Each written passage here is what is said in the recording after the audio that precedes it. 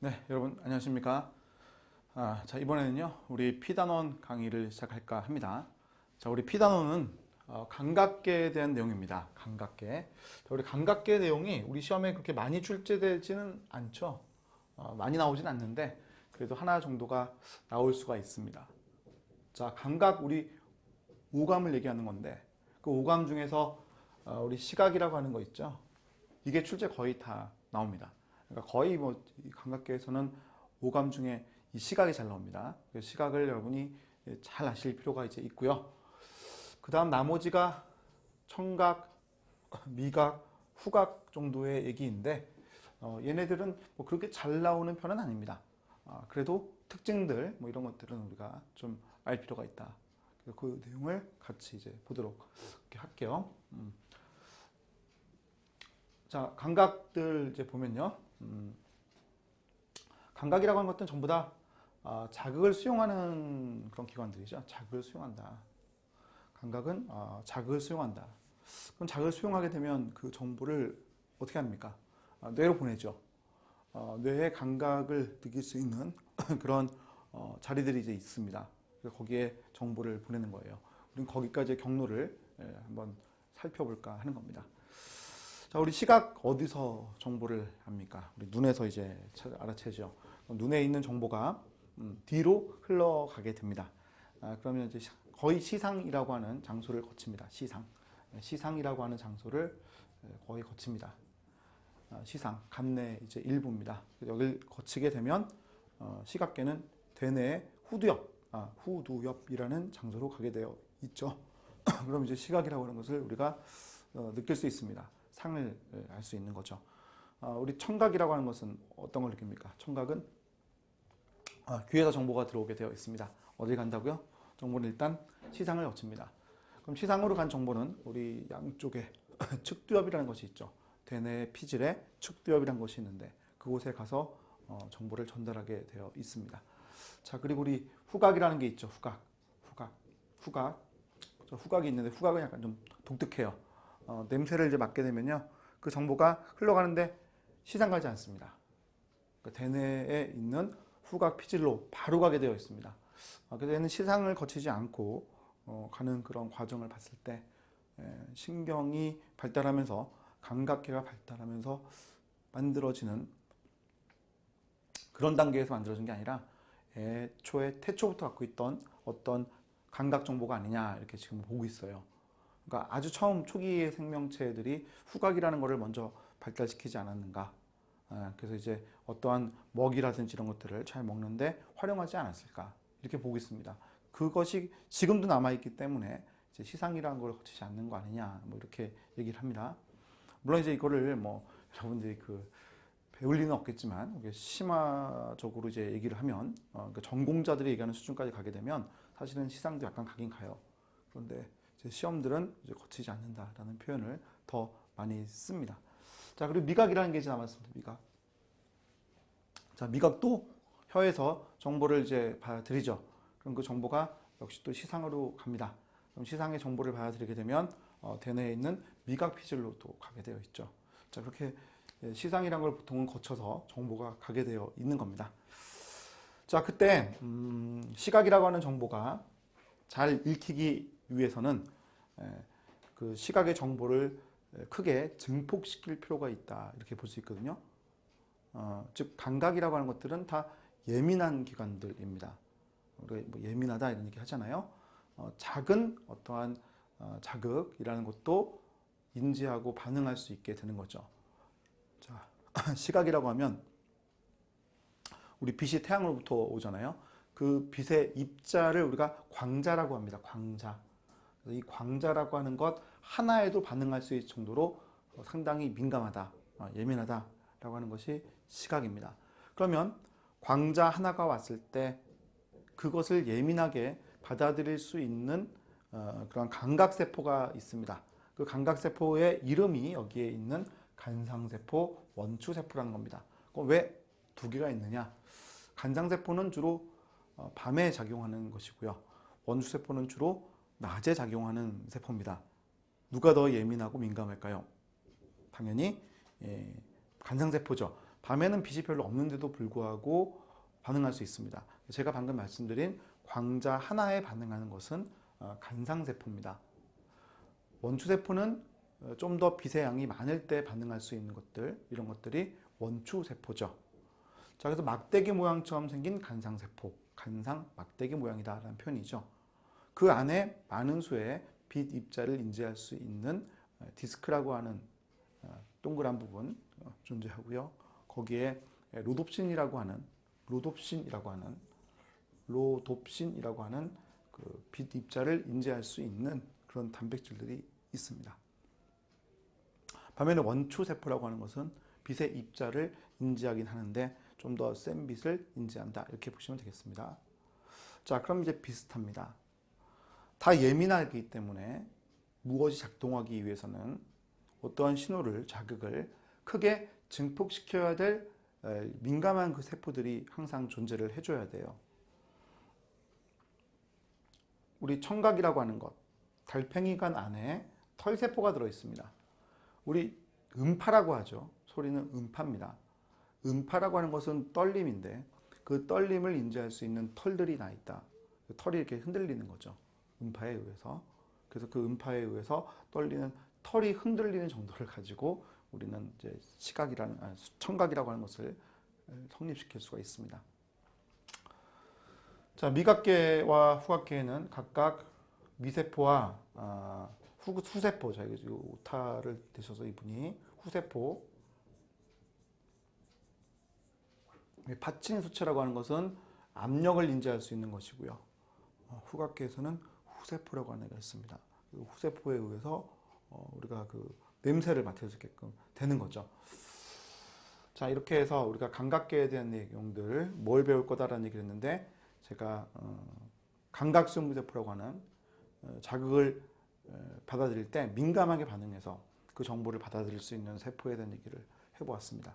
자, 그럼 얘들을 제가 한번 잠깐 모니터로 좀 볼게요. 이렇게 돼 있습니다. 자, 자극이 오죠. 그럼 그 자극을 받아들이는 신경이 있습니다. 그래서 시각계라면 시신경, 미각계라면 미신경, 청각계라면 청신경, 후각계라면 후신경이 이제 있죠. 그런데 얘들이 민감하게 정보를 받아들이기 위해서는 자극을 크게 증폭시키는 그 수용기 세포가 앞에 있게 마련입니다. 얘의 역할은 이제 어떻게 보면 자극을 증폭시키는 상황이다, 또는 이제 매우 민감하다라는 것들이 앞에 하나씩 달려 있는 겁니다. 자, 신경은 누구라고요? 시각계는 누구라고요? 원추세포와 간상세포가 있는 게 특징. 우리 청각계는 누구라고요? 앞에 있는 게 털세포라는 게 있다는 게 특징. 미신경 앞에 누가 있다고요? 미세포라는 게 있고요. 후신경 앞에 누가 있다고요? 후세포가 있죠. 그래서 앞에서 우리가 얘기했었던 이런 애들이 있죠. 이런 애들이 신경세포들 앞에 있습니다. 그럼 얘들은 도대체 누구냐? 신호를 크게 증폭시킨다고 했는데 이런 애들인데, 얘들도 일종의 사실은 신경인데 변형이 되었습니다. 그래서 지금은 우리가 신경이라고 부르지는 않죠. 즉 활동전이를 발생시키지는 않으니까 우리가 신경이라고 부르지는 않습니다만 신호를 크게 증폭시킬 수 있다는 그런 특징은 있는 겁니다. 자, 밑에 있는 내용은 이제 우리 시험 범위는 아니니까요, 여러분. 감각계에 대한 얘기니까 이것은 안 보셔도 괜찮은데, 이건 이제 무슨 얘기냐면 감각계라고 하는 것도 약간 독특해서요. 감각계에서는 독특해서 감각계의 이 신경들이 어떠한 자극이 왔다는 신호를 보낼 때 신경이니까 활동전이를 발생시키긴 하는데 그 액션 포텐셜이 있다가 없다가, 없다가 있다가, 이게 아니에요. 즉 빛이 온다, 빛이 있다라고 하는 것을 활동전이를 발생시킨다라는 것으로 보내지는 않습니다. 어떻게 이제 보내냐면 변화를 인지합니다. 변화를요. 활동전이에 발생하는 패턴이 거의 똑같은 주기로 일어나고 있어요. 똑같은 주기로. 뭐 예를 들어서 0.1초마다 발생하고 있다. 빛이 오잖아요. 그러면 0.01초마다 발생시키는 거죠. 빠르게. 그러면 빛이라고 하는 것이 점점 더 밝아질 수도 있고요. 점점 더 어두워질 수도 있는데 내가 그걸 다 깨달을 수 있죠. 빛이 점점 더 어두워지고 점점 더 밝아지는 것을 내가 다 깨달을 수 있죠. 한 중간쯤 되는 걸 생각해 볼게요. 내 눈의 상태는 그 상태예요. 처음에는요. 활동량의 발생 빈도가 0.1초마다 나오고 있습니다. 빛이 세져요. 빛이 세집니다. 그러면 0.01초마다 활동량을 발생시킬 수가 있다. 더 세져요. 0.001초마다 활동량을 발생시킬 수 있다. 그래서 어떠한 자극이 왔을 때 점점 빈도가 높아지는 쪽으로 이 정도의 빈도 이게 이제 일어나는 것을 시간적으로 표현했다고 봅시다. 그럼 더 빠르게 이제 일어나는 거죠. 무슨 말인지 갑니까? 자, 그런데 만약에 빛이 그럼 어두워져요. 어떻게 될까? 활동량의 발생 빈도가 더 느려지는 거예요. 아까 0.1초마다 발생한다고 그랬는데 이제는 0.2초마다 더 어두워져요. 0.3초마다 더 어두워져요. 0.4초마다 이렇게 점점 변화의 폭을 줄 수가 있죠. 그러면 감각이라고 하는 것은 양방향으로 전달해 주는 거죠. 또 하나 예를 들어볼게요. 내가 가만히 서 있어요. 자, 이것은 나의 평형감각기에서 인지를 합니다. 아, 내가 바로 서 있구나. 움직이지 않고 있구나. 근데 내가 고개를 이렇게 돌려요. 그럼 어떻게 해요? 오른쪽으로 돌렸다는 걸 내가 인지합니다. 눈 감고 돌리면 내가 오른쪽으로 돌아간 걸 내가 알아요. 자, 눈 감고 왼쪽으로 돌리면 내가 압니다. 아, 내가 왼쪽으로 고개 돌렸구나. 그럼 어떻게 양쪽으로 가는 걸 다 인지할 수 있을까? 자, 감각계의 신경이라고 하는 것, 여기서는 평형감각인데 내가 가만히 이렇게 있잖아요. 그럼 활동연위를 전달시켜줘요. 얘는 지금 어떻게 있다라는 신호를요. 그것을 아까 말씀드린 대로 0.1초마다 준다고 합시다. 자, 내가 고개를 오른쪽으로 돌려요. 그러면 어떻게 돼요? 0.01초마다 신호를 주는 거예요. 내가 빨리 돌려요. 0.001초마다 주는 거예요. 자, 내가 고개를 왼쪽으로 돌려요. 어떻게 해요? 오히려 느려져요. 0.2초마다 신호를 주는 거예요. 빨리 고개를 돌려요. 0.6초마다 줄 수도 있어요. 무슨 말인지 갑니까? 자, 그러면 결국 신경이라고 하는 것에서는 우리가 배울 때 활동연위가 발생한다 안 한다 이런 실무율을 가지고 따졌습니다. 그런데 감각계라고 하는 것은 실무율이 아니라 활동연위에 발생하는 빈도의 변화를 사실은 감지하는 거죠. 알겠죠? 자, 그래서 우리가 감각이라고 하는 정보들이 내가 어떻게 몸이 변하는지를 인지할 수가 있는 건데 지금까지 말씀드린 이 내용은 뭐 안타깝나요? 아쉽나요? 이제 시험에는 거의 등장하지 않을 겁니다. 우리 시험은 이제 거기까지 물어보는 시험은 아닌데 제가 한번 재밌잖아요. 한번 이제 설명을 좀 드린 겁니다. 자, 그래서 이 밑에 내용은 여러분이 사실은 모르셔도 괜찮습니다. 신경이라고 하는 것들은 감각신경입니다. 일정한 정도의 액션 포인트 발생하고 있다가 상황에 따라서 액션 포인트의 발생 빈도가 달라진다. 많아질 수도 있고 더 적어질 수도 있습니다.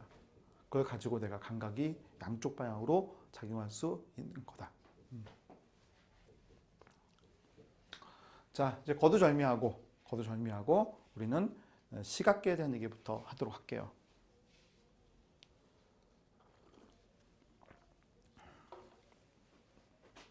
자, 시각계는 우리 시험에 무지 잘 나오는 파트 중에 하나이기 때문에 여러분이 정확하게 어떤 기작인지를 인지를 하셔야겠습니다. 자, 볼게요, 여러분. 여기에 눈 수정체가 있죠. 수정체. 여기에 수정체가 있습니다.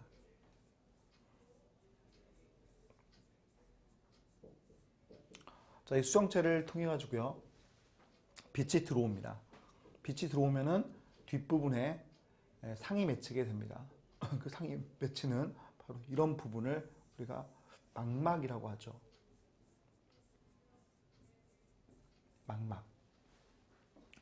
그래서 망막이라고 하는 것은 시각을 성립하는 데 매우 중요한 부분입니다. 그래서 망막에는 아까 말씀드렸던 간상세포와 원초세포가 있고요. 또 시신경도 있습니다. 이런 애들이 정보를 이제 읽을 수가 있게 되는 거죠.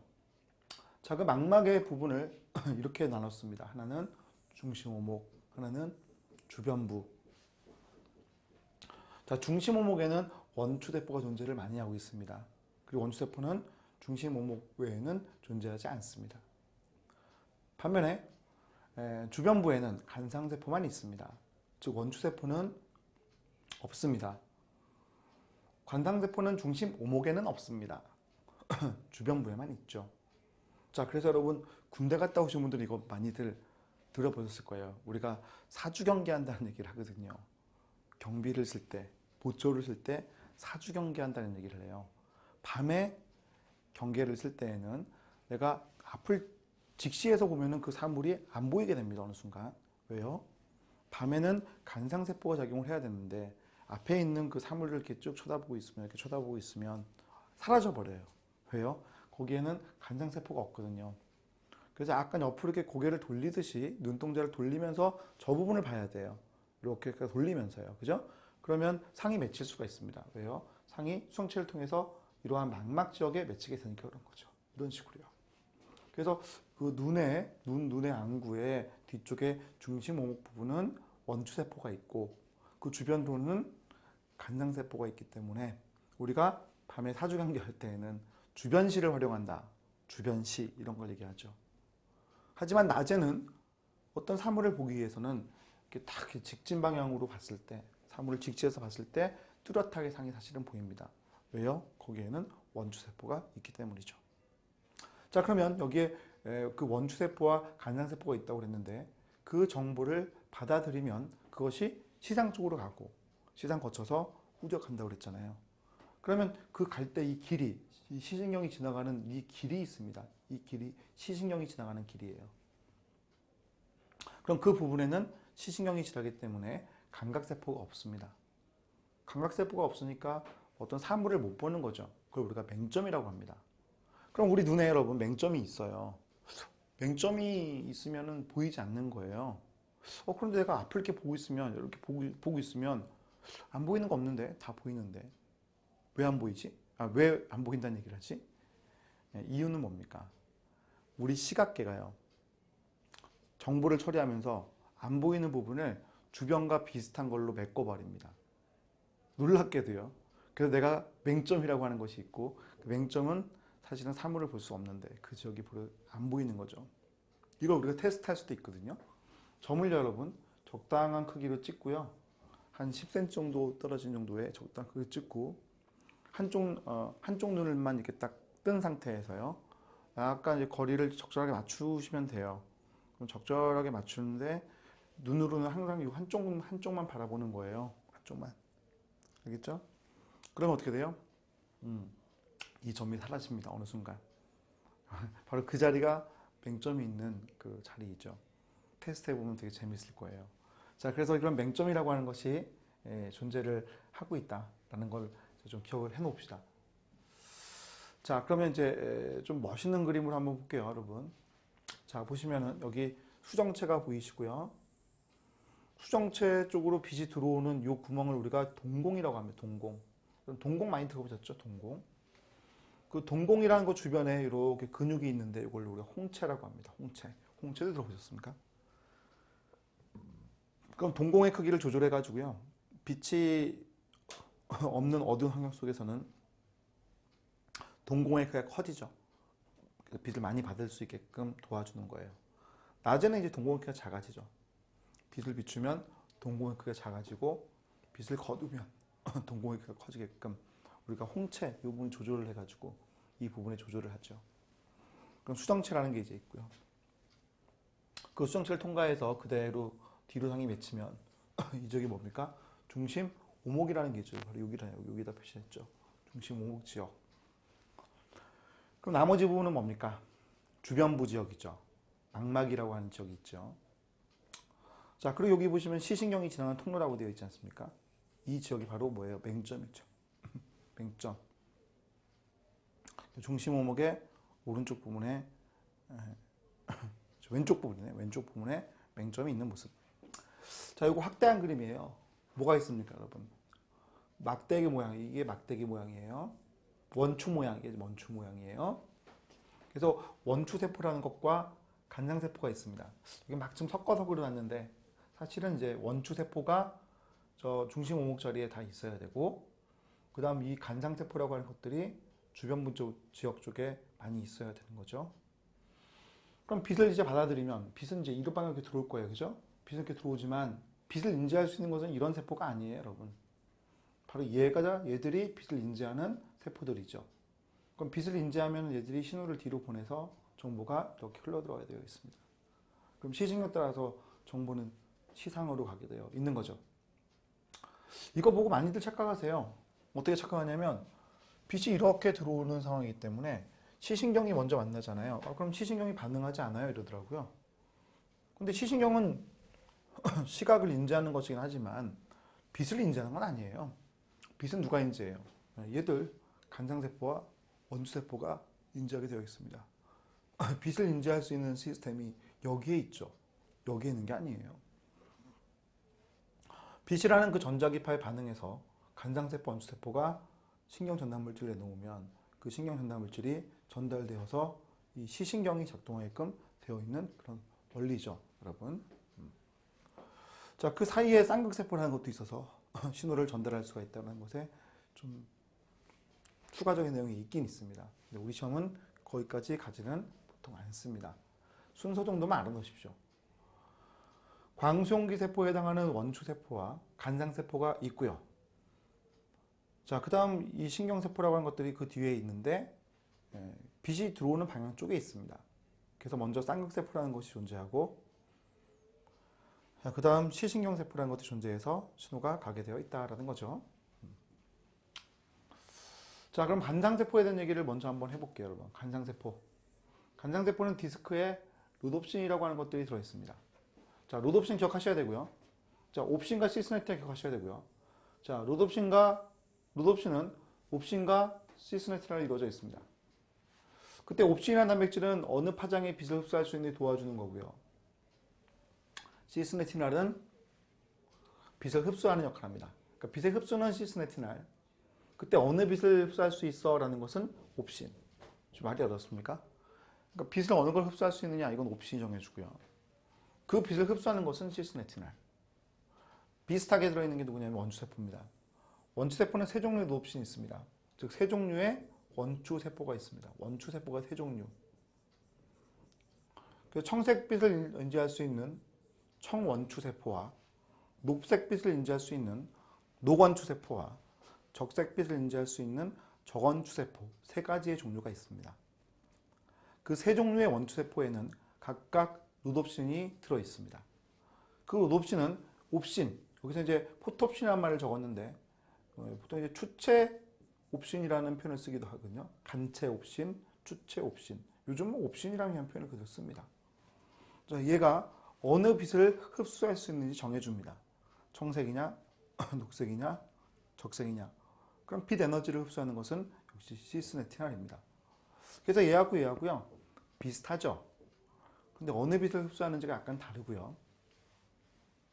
또 그 로놉신에 들어있는 옵신들의 종류가 다르기 때문에 빛을 각각 다르게 인지할 수 있는 거죠. 자, 간장세포라고 하는 것은 이 로놉신이 한 종류가 있기 때문에 빛의 구분을 할 수가 없습니다. 반면에 원추세포는 이게 세 종류가 있기 때문에 청색과 녹색과 적색의 삼원색을 인지할 수가 있고요. 빛이 들어오는 그 양의 차이에 의해서 빛을 우리가 섞죠. 혼합을 하면 우리가 생각하는 빛의 그 다채로운 색깔을 다 인지할 수가 있습니다. 자, 간장세포와 원추세포 비슷하면서도 약간 차이점이 있습니다. 그 사항을 잘 정리하시고요. 자, 그 다음. 자, 이제 빛이 비춰지게 되면요. 간장세포가 되었건, 원초세포가 되었건, 어느 경우든 시스네티날이 트랜스네티날로 바뀝니다. 요거 외우셔야 되고요. 시스네티날이 트랜스네티날로 바뀐다. 요거 외우셔야 되고요. 자, 그러면 이제 변형이 일어나가지고요. 떨어져 나갑니다. 트랜스네티날이 떨어져 나가요. 그럼 로놉신이 활성화됩니다. 자, 시스네티날이라고 하는 애가 트랜스네티날이 되어가지고 떨어져 나간다고 그랬죠. 그러면 로놉신이 활성화돼요. 그럼 로놉신이 활성화되면 자, 이거 외우셔야 돼요. Na 플러스 채널이 닫힙니다. 그럼 Na 플러스 채널이 닫히면 외부에 있던 Na 플러스는 못 들어오게 되니까 그것은 자, 이거 과분극이 유도가 됩니다. 이거 외우셔야 됩니다. 과분극 유도. 그러면 신경전달물질의 분비가 이제 안 되게 된다라는 거고요. 신경전달물질 분비가 안 되게 되면은 뒤에 있는 애가 쌍극세포가 오히려 신경전달물질을 분비하게 돼요. 자, 이건 이제 분비하게 된 경우도 있고 안 하는 경우도 있기 때문에 출제 나올 일은 별로 없을 겁니다. 자, 만약에 분비하지 않게 되었다. 신경나물질을요. 근데 얘는 분비를 많이 하게 되었다. 그 신호가 되어서 들어간다라는 거죠. 그래서 이 뒤에 과정은 이럴 수도 있고 저럴 수도 있으니까 출제는 안 됩니다. 쌍극세포라고 하는 애가 탈분극되었던 애가 과분극될 수 있고 또는 이제 과분극되었던 애가 탈분극될 수도 있기 때문에 두 가지가 다 가능하니까 출제는 안 됩니다. 여기까지만 우리가 딱 기억하시면 됩니다. 간장세포와 원추세포의 특징까지만요. 자, 이제 한번 그림으로 만나볼게요. 자, 보시면은 이게 간장세포죠? 크기 되게 크죠? 원추세포는요? 크기 좀 작죠? 물론 이제 세포는 이거 전체가 간장세포고 얘가 다 원추세포인데 그 중에서 디스크가 들어있는 걸 비교해보면 사실 이제 엄청나게 큰 게 간장세포입니다. 간장세포의 디스크 하나를 이제 확대를 하는 건데요. 여기에 있는 막을 확대해서 보게 되면은 여기에 롯옵신이 들어있습니다. 롯옵신은 옵신과 레티나라는 걸로 이루어져 있고요. 옵신이라고 하는 것이 간장세포의 경우에는 한 종류가 있었던 것이고 그리고 원추세포의 경우에는 세 종류가 있는 거죠. 그리고 이 레티나라고 하는 것이 시스레티날이라고 있을 때 하고요. 빛을 흡수하면은 트랜스레티날이 된다고 했죠. 그럼 떨어져 나간다고 했습니다. 자, 이 옵신이라고 하는 것에 붙어 있는 이 레티날이 옵신이 정해주는 빛을 흡수하느냐 마느냐. 그에 따라서 이거 떨어져 나가거나 안 떨어져 나가거나. 떨어져 나가면 활성화. 자, 그래서 그림 보시면 빛을 비추었습니다. 그럼 뭐가 떨어져 나갔다고요? 예, 여기 트랜스레티날이라는 것이 되었다는 거죠. 그럼 떨어져 나가요. 트랜스레티날 되면서 떨어져 나갑니다. 그럼 남아있는 이 롯옵신, 즉 옵신 부분이 활성화됩니다. 활성화된 롯옵신은 신호를 주는 거예요. 자, 신호를 줍니다. 트랜스듀신이라고 하는 주단백질에 영향을 주게 되고 포스포디에스터레이즈라고 하는 2인상 가속류 요소 포스포디에스터레이즈 활성화시키게 되면 요 GMP라고 하는 분자 이것이 뭐예요? 분해가 됩니다. 그러니까 CGMP가 분해가 됩니다. CGMP, 사이클릭 GMP라고 불리는 분자가 분해가 되고요. 그럼 분해가 되면은 NA+에 들어오다가 못 들어오게 됩니다. 그럼 뭐가 일어난다고요? 예, 과분이 되는 거죠. NA+ 통로가 닫히고 과분이 되는 겁니다. 그럼 이게 빛을 인지하는 과정이라는 거예요. 이걸 왜 자꾸 잘 내냐면 우리가 어떤 현상이 일어난다고 했을 때 신경세포의 경우에는 되게 탈분극이 일어남으로써 어떤 현상을 일어나게 하는 게 흔했죠. 그걸 노리는 것 같아요. 그걸 노리는 것 같아요. 탈분극되면서 어떤 현상이 일어나는 게 신경세포의 일반적인 특성이라고 볼 수가 있는데 지금 이 시각세포는 빛이 오면 오히려 과분극이 된단 말이야. 그래서 과분극이 되는 이 상황이 되게 독특한 일인 거죠. 그 출제를 잘하는 것 같아요. 그래서 그 사항을 꼭 기억을 해 주십시오. 자, 그 이후의 과정은 출제되지 않는다고 그랬습니다. 왜냐하면 두 가지 경우가 다 있을 수 있기 때문에 그래요. 빛을 비추게 되었을 때 쌍극세포라고 하는 것들이 자, 여기까지 똑같습니다. 관상세포 과분극됨. 이건 외우라고 그랬죠, 무조건. 이거 무조건 외워야 됩니다. 빛이 있으면 롯옵신 활성화되고 NA+ 송도가 닫히면 과분극된다. 그러면 신경전달물질인 글루탐산이 분비가 잘 안 되는데 근데 쌍극세포가 글루탐산 수용체의 종류에 따라서 과분극될 수도 있고 탈분극될 수도 있습니다. 두 가지가 다 가능하거든요. 두 가지가 다 가능하기 때문에 출제가 안 나오는 거지. 이거 두 가지가 다 가능하면 뭐가 빛을 인지하는 거야? 둘 다 빛을 인지하는 거지. 즉, 야, 이게 감각계라고 하는 것은 변화예요, 변화. 액션 포텐셜이라는 것이 발생을 하고 있다가 안 하게 되는다라는 변화. 발생을 안 하고 있다가 하게 된다, 많이 하게 된다. 뭐 이러한 변화. 그게 결국은 인지되는 거예요. 내 눈에 있는 쌍극세포가 빛을 받아들였을 때 얘가 활성화되면서 탈분극될 수도 있고 과분극될 수도 있습니다. 그 변화가 빛을 인지하는 기작인 거죠.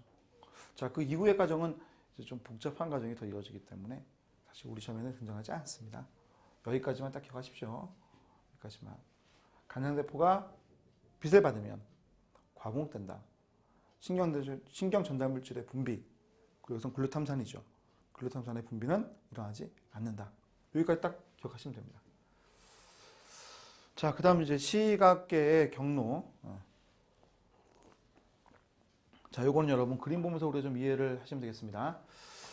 자, 우리 양쪽 눈이 지금 이렇게 달려 있습니다, 여러분. 이게 눈이에요. 그리고 이 뒤쪽에는 우리 뇌의 부분을 보여준 겁니다. 뇌의 이 윗부분을 여러분이 보신다고 생각하십시오. 그럼 사람의 이렇게 머리가 이렇게 있는 건데요. 그때 눈이 두 개가 양쪽에 있는 거예요. 그때 정보가 들어오면은 오른쪽과 뒤쪽으로 가서 대뇌 후두엽의 좌측과 우측, 우리가 좌방구와 우방구라고 얘기하잖아요. 뇌의 좌방구와 우방구 쪽에 신호를 주는 것을 보여주고 있습니다. 여기서 하고자 하는 얘기는 뭐냐면 양쪽 눈을 통해서 오는 정보가 교차될 수 있다는 사실입니다. 지금 보시면 교차되는 그림 보이실 거예요. 자, 그럼 어떻게 교차되느냐? 그거 이제 잠깐 한번 간단히 보여드릴게요. 자, 오른쪽 눈으로 보는 시야는 이쪽입니다. 오른쪽 시야. 그 다음 이쪽은 왼쪽 시야입니다. 겹치는 부분이 보이죠? 자, 겹치는 이 부분은 바로 양안구역입니다. 그래서 여러분 이런 얘기 많이 들어보셨잖아요. 우리가 눈이 두 개가 있기 때문에 원근감을 알 수가 있다. 양안구역이라고 하는 것에 도달하는 그 눈의 정보를 통해 가지고요, 입체적으로, 즉 거리를 감지할 수 있으니까 원근감을 우리가 감지할 수 있다고 표현합니다. 그때 앞에서 오는 정보들이 이제 들어오는 가운데 교차가 일어나요. 양쪽 눈의 정보가 교차가 일어납니다. 물론 일부 정보죠. 죄송합니다. 그러면 그 정보들이 교차가 되면서 양쪽 눈의 정보가 각각 오른쪽과 왼쪽에 다 들어간다는 거죠. 그 사실을 아시면 되겠습니다. 자, 이건 좀 더 그래픽하게 보여드렸죠. 오른쪽 눈과 왼쪽 눈의 정보가 보십시오. 흘러들어간 거 보십시오. 양쪽으로 다 흘러들어가죠. 그러면 시상이라는 걸 통해 가지고요. 이제 시상이라는 건데 그 시상이라고 하는 걸 통해 가지고 뒤쪽으로 가게 되어 있습니다. 후두엽 쪽이죠. 자, 이렇게 해서 우리가 시각계에 대한 내용을 봤습니다. 시각계에 대한 내용 여러분이 잘 좀 기억을 해 주십시오. 자, 그 다음은 미각계에 대한 내용으로 보도록 할게요, 여러분. 미각계입니다.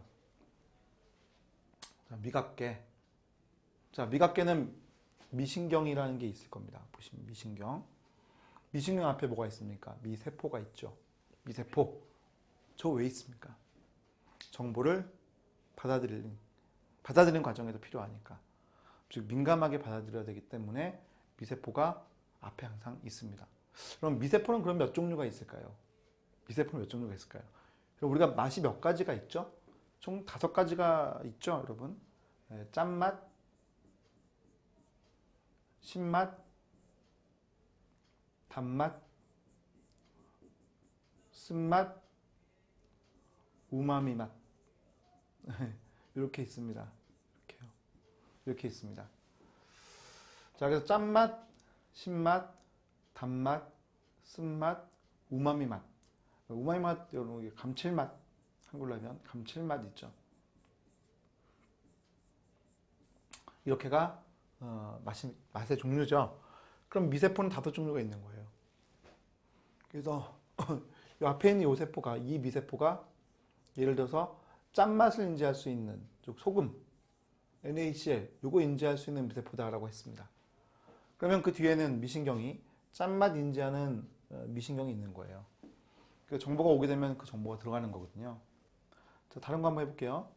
옆에 있는 것은 예를 들어서 신맛 인지하는 미세포가 있습니다. 그러면 이거 H+라고 하는 요거 수소이온 있죠? 이게 신맛이에요. 우리가 산을 이렇게 살짝 묽은 산이어야 돼. 강산이면 혀 탑니다. 자, 묽은 산을 살짝 묻혀가지고요. 입에다 묻혔을 때 신맛이 강렬하게 느껴집니다. 예. 그쵸. 신맛이 강렬하게 느껴지죠.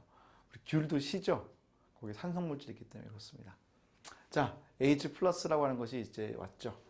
그러면 요거 어떻게 돼요? 미세포인데 이 미세포가 신맛 인지할 수 있는 미세포고요. 그 뒤에 미신경이 똑같이 있는 거예요.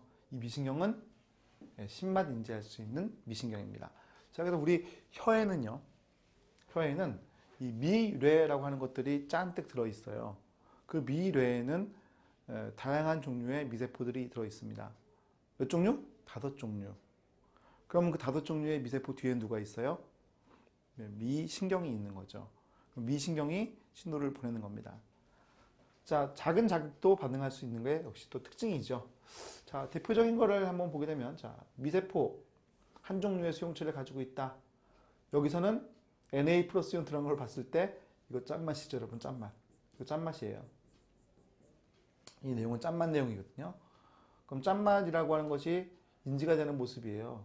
그죠? 리간드가 결합했을 때 Na 플러스 이온 들어가는 겁니다. 그럼 탈분국이 일어났다고 되어 있죠.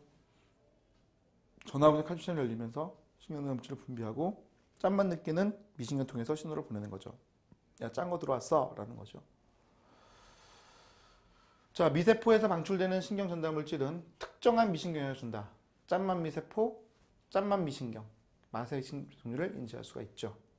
신경 전달 물질의 분비량이 많으면 많을수록 미신경 액션의 반응이 올라가서요, 맛의 강렬함을 느끼게 되는 거죠. 반론 제기하시는 분 있습니까? 나는 맛이 더 다양한데, 나는 텁텁한 맛, 약간 이상한 야리꾸리한 맛, 자, 이런 것들을 여러분이 다 강제할 수 있는데, 나는, 자, 우리가 사실 아는 많은 그 맛이라고 하는 것은 사실은 후각이죠. 후각은 다양하게 인지할 수 있습니다. 그래서 우리가 어떤 음식이 나오면 먼저 그래 이거 하고 느끼잖아요.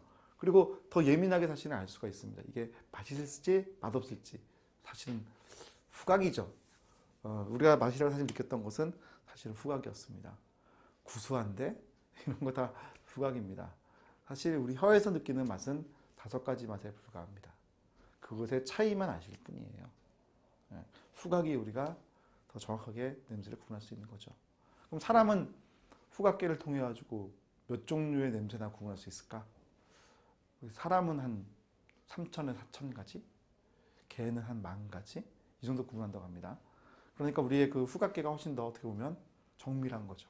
예전부터 발달시켜온 매우 정밀한 기관이 바로 후각계입니다. 작동하는 방식은 뭐 비슷합니다만 하여튼 우리가 맛과 후각이라는 것에 좀 차이를 좀 아셔야겠습니다. 자, 마지막 3번에 있는 내용은 여러분 크게 중요한 내용은 아니에요. 미신경에 대해서 얘기했을 때 화학성기 얘기를 했습니다. 왜냐하면 우리가 맛을 느낀다는 것은 녹아 들어가는 물질, 화학 물질이 맛이라고 느껴지는 거예요. 짠맛 Na 플러스 이온이죠. 소금. 신맛 H 플러스죠. 단맛 설탕과 같은 당이에요. 우마미 맛 글루탐산 맛입니다. 글루탐산 여러분 이거 들어보셨어요? MSG 이 G가 이게 글루탐산의 약어예요. 글루탐산의 G. MSG는 감칠맛을 느끼게 하죠. 그리고 미원 이런 거 있잖아요. 그래서 MSG라고 하는 것은 별도의 맛입니다. MSG라고 하는 것이 안 좋다는 얘기가 있잖아요. 왜 안 좋지? 뭐 인공적으로 만들었으니까 이렇게 얘기를 하잖아요. 근데 요즘은 MSG 나쁘다고 하지 않습니다. MSG를 먹으면 오히려 짠 음식의 섭취가 덜해진다고 합니다. 그 맛을 느끼면서 짠 음식을 좀 덜 먹으려고 한다는 거죠. 그래서 우리 몸에 짠 음식이 워낙 안 좋죠, 요즘은요. 요즘 근대 사회에서는 워낙 뭐 먹을 게 풍부하고 하니까 비만이나 이런 것들이 상당히 많이 일어나게 되는데, 특히 짠 음식을 먹으면 그런 비만을 더욱더 크게 일으킬 수 있어요. 물을 계속 먹게 되니까. 거기다가 혈압을 올리게 되니까 우리 심장병, 심혈관계 질환의 주범이 될 수 있거든요. 그래서 우리가 짠 음식을 피하려고 하는 요즘 많이 노력합니다. 예전에는 MSG가 마치 짠맛 음식이 되어가지고 사람들이 잘못 알았던 거죠. 근데 요즘은 MSG 먹으라 그러면 나쁘다고 말하진 않습니다. 오히려 더 많이 넣으라고 하죠. 요즘은요.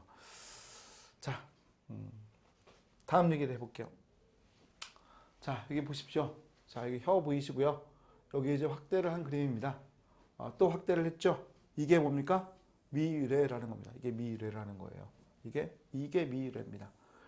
그럼 미유래는 각각 앞에 미세포들이 있다는 거죠. 미세포들 색깔별로 좀 표현한 거예요.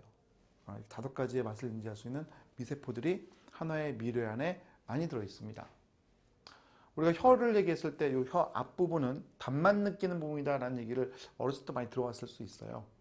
그것은 미유래에 있는 미세포들 중에 많은 숫자가 단맛 수용체를 가진 단맛 미세포이기 때문에 그렇습니다. 앞쪽에는 그런 것들이 많이 있는 거죠. 하지만 다른 것들이 없다 이런 얘기는 아닙니다.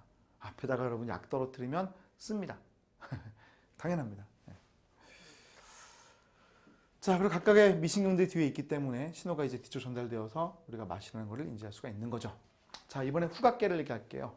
자, 후각계는 좀 더 정교하고 다양하다라고 볼 수가 있습니다. 그렇다면 자, 미세포처럼 앞에 존재하는 이 세포가 뭘까요? 화학수용기라고 되어 있는데 여기 후 세포가 있죠. 그럼 뒤에 있는 건 뭘까요? 후 신경이다. 이렇게 얘기를 합니다. 근데 후각계는 약간 특이한 게 앞에 있는 애가 신경의 모습을 하고 있습니다. 앞에 있는 애가요. 그래서 앞에 있는 것을 1차 후신경, 뒤에 있는 것을 2차 후신경이라고 표현하는 사람도 있습니다. 자, 그런 사람도 있다 이런 얘기고요. 자, 그럼 후각계라고 하는 것은 종류가 많을까요? 그러니까 후세포는 종류가 많을까요? 많죠. 여러분 많습니다. 후세포는 종류가 많습니다. 그럼 몇 가지나 될까요? 자, 맛은 5가지를 맛을 인지할 수가 있고 그 미세포의 종류가 5종류였습니다. 자, 그러면 후각계에서 여러분 냄새를 인지하는 것은 우리가 만약에 3,000가지 이상의 냄새의 종류를 구분한다고 했을 때 몇 종류의 후세포가 있어야 돼? 3,000개? 아니라는 겁니다. 자, 아니에요. 3,000개는 너무 많아요. 우리 몸에 유전자가 2만 1,000개밖에 없는데 그 2만 1,000개 중에서 3,000개가 후각계라면 우리 몸은 도대체 어떻게 만들어지겠습니까? 후각계에 존재하는 세포는 300여 종류밖에 안 됩니다. 그럼 300개밖에 안 되는데 어떻게 10배나 많은 냄새를 인지할 수가 있느냐 이런 얘기죠. 자, 후각계는요 하나의 후세포가 가지고 있는 이 수용체라는 이 분자가 한 가지 분자, 한 종류의 분자만 붙는 게 아닙니다. 여러 종류와 붙을 수가 있어요. 근데 A와 붙었을 때 하고요, B와 붙었을 때 하고요, C와 붙었을 때 하고요, 얘가 발생시키는 활동 전의 빈도가 다릅니다. 그래서 이 정도의 빈도는 A라는 물질, 이 정도의 빈도는 B라는 물질 이렇게 알아요. 그래서 이 냄새 수용체라고 하는 것들이 누구하고 만나냐에 따라서 활동 전의 발생 빈도가 다르기 때문에 다양한 냄새를 구분할 수가 있고요.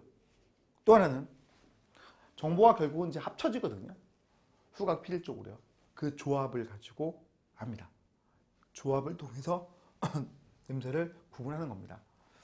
자, 그래서 이게 특징이요. 후각계는 자, 여기 이제 보는데 일반 수용기라는 이 특징이 이제 들어있어요. 이거 이제 미신경 얘기라기보다는 사실 이거 다 후신경 얘기거든요. 후신경에서는 일반 수용기라는 게 존재하기 때문에 여러 종류의 리간드가 결합을 하고요. 그 여러 종류의 리간드 결합했을 때 다양한 활동량을 발생시킬 수가 있다는 거죠. 이거 맛이라고 하는 게 이게 사실 이게 뭡니까? 이게 후각이 사실은요. 후각입니다. 그렇죠? 후각의 얘기입니다.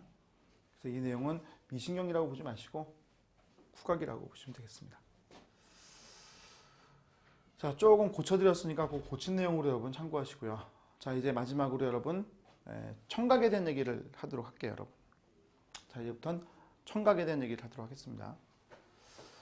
자, 우리 청각계는 소리를 듣는 거예요. 소리를요. 여러분 달팽이관이라는 거 들어보셨습니까? 달팽이관? 우리 귀에는 그 달팽이관이라는 게 들어있습니다. 왜 달팽이관이에요? 이렇게 말렸어요. 이렇게 이런 식으로. 그죠? 이렇게 말려 있어요. 이렇게. 이렇게 말려 있는 달팽이관. 이걸 피면 여기 이렇게 펴질 수 있죠. 자, 이게 핀 거예요, 여러분. 이게 핀 겁니다. 보시면은 이제 이렇게 되어서 이게 지금 제가 이렇게 그린 거예요. 응? 이게 그린 거예요. 이게 핀 겁니다. 달팽이관을요. 그 여기 보시면 고막이 있죠. 그 사이에 뼈가 연결되어 있습니다. 청소골이라고요. 그럼 소리가 들어가죠. 그럼 고막에 부딪혀서 이 고막을 떨리게 해요. 그 떨리는 것이 달팽이관 쪽으로의 음파의 신호를 보내주게 되는데 그 음파가 이 달팽이관 안쪽에 존재하는 림프액을 따라 이동하거든요. 림프액을 따라. 그래서 소리가 이 난원창이라고 하는 장소로 들어가서 그 위쪽 지역에 존재하는 전정계라는 걸 통해서 아래쪽에 존재하는 고실계를 통해 이 정원창으로 사라지게 되어 있어요. 그 이제 음파가 그렇게 이제 지나간다 이런 얘기예요. 위쪽에 있는 것은 전정계라고 부르고요. 아래쪽에 있는 부분은 요거는 이제 고실계라고 부릅니다. 그래서 이 와우관이라고 하는 달팽이관을 지나가는데 그 안에 이제 림프액으로 차 있거든요. 그래서 얘를 이렇게 지나가는 거예요, 소리가요. 그래서 이렇게 위에서 아래로 떨어지듯이 사라지는 거죠. 그런데 이 그림 잘 보시면요. 우리가 고주파라는 게 있죠. 저주파라는 게 있고요. 고주파는 소프라노음, 저주파는 테너음. 자, 그때 이게 꺾이는 정도가 달라요. 그래서 이게 꺾이는 정도가 달라서 지금 이 그림에 보시면요, 고주파는 빨리 꺾여서 사라지게 되어 있고 저주파는 좀 천천히 뒤쪽 가서 꺾여가지고 사라지게 되어 있죠. 그럼 이게 통과해 갈 때 이 사이에 있는 것이 이게 기저막이라는 것이 있거든요. 여기 보시면 이 사이에는 요 부분이 여러분 기저막이라는 부분이 여기 들려 있거든요.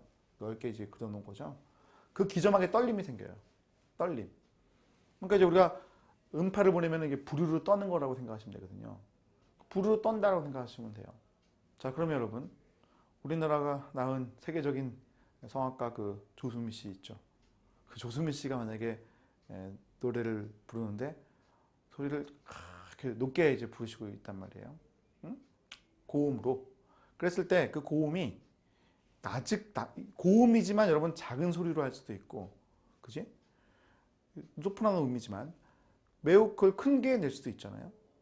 자, 그러면 같은 소프라노 음이라면 어차피 여기를 이렇게 이동을 해요. 그런데 그게 만약에 작은 소리라면 조금 떨리게 하는 거고, 큰 소리라면 많이 떨리게 하는 거예요.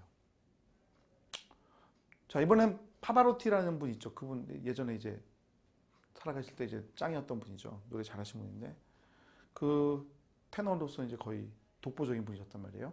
그분이 낮은 음으로 이렇게 쭉 노래를 저음으로 노래를 이렇게 하실 때 역시 작은 소리를 할 수도 있고 큰 소리로 할 수도 있거든요. 그럼 작은 소리로 내면 어떻게 돼요? 예, 분명히 저주파 낮은 음인데 살짝 떨리게 하고요. 그다음 고주파 크게 떨리게 하는 거죠.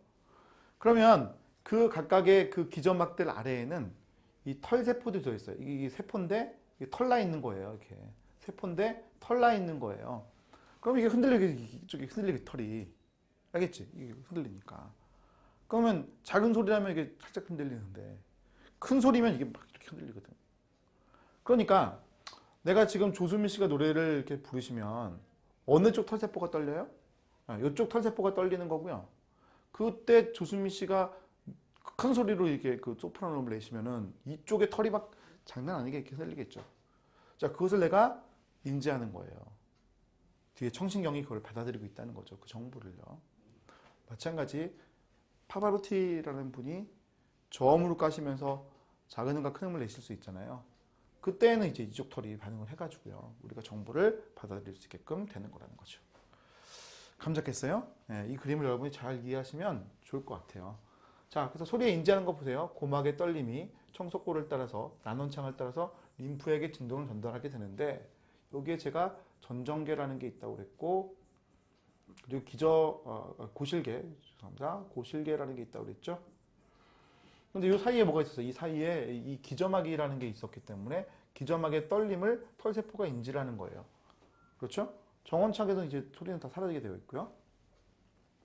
그럼 청신경이라고 하는 애가 신경전달물질을 분비한단 말이에요. 그것이 우리에게 소리로 인지가 되는 거죠. 털세포라고 하는 것은 어느 방향 떨리냐에 따라서 신경전달물질을 많이 내고 적게 내는 차이가 있기 때문에 꺾일 때, 그죠? 신경전달물질을 많이 분비한다, 적게 분비한다 차이가 계속 생기면서 그 신호를 우리가 받아들일 수가 있게 되는 겁니다. 자, 이건 이제 패턴인데 이 패턴이 우리 시험에 나올 리는 없으니까요. 청신경을 통해서 활동량 발생 패턴의 차이를 통해 큰 소리, 작은 소리를 난다고 생각하시고 쉽게 활동 논리가 많이 발생하면 큰 소리, 적게 발생하면 작은 소리예요. 물론 그게 소프라노음일 수도 있고 테너음일 수도 있죠. 그게 작을 수도 있고 클 수도 있으니까요. 각각이요. 자, 고주파냐 저주파냐라고 하는 것은 어느 청신경에 엑소폰이 발생하냐 차이가 있다. 큰 소리냐 작은 소리냐는 그 청신경 엑소폰에 발생하는 패턴, 빈도에 따라 결정된다. 두 가지가 다름을 여러분이 아시면 됩니다. 소프라노음과 테너음의 구분, 그리고 작은 소리와 큰 소리의 구분을 하시라. 이 말이에요. 이해가시죠? 네. 자, 이렇게 해서 여러분 제가 감각계에 대한 얘기를 좀 말씀을 드렸는데 문제로 풀어보시면 좀 더 잘 다가올 수 있습니다. 또 모르시면 항상 여러분 카페에 질문하신 거 아시죠? 네이버 카페에 오셔가지고 질문하시면 됩니다. 네이버에서 최성윤 치시면 저 나오는 거 아시죠? 그럼 바로 들어오셔가지고 저한테 질문 던져주시면 저하고 조교하고 확인한 다음에 답변 드립니다. 자, 그러면 감각계에 대한 내용들 시각계 중심으로 잘 정리하시고 미각계, 후각계, 청각계도 어떤 원리인지는 좀 알아놓으시는 것이 좋겠습니다, 여러분. 자, 그러면 이렇게 해서 감각계 강의 마치도록 하겠습니다. 수고하셨습니다.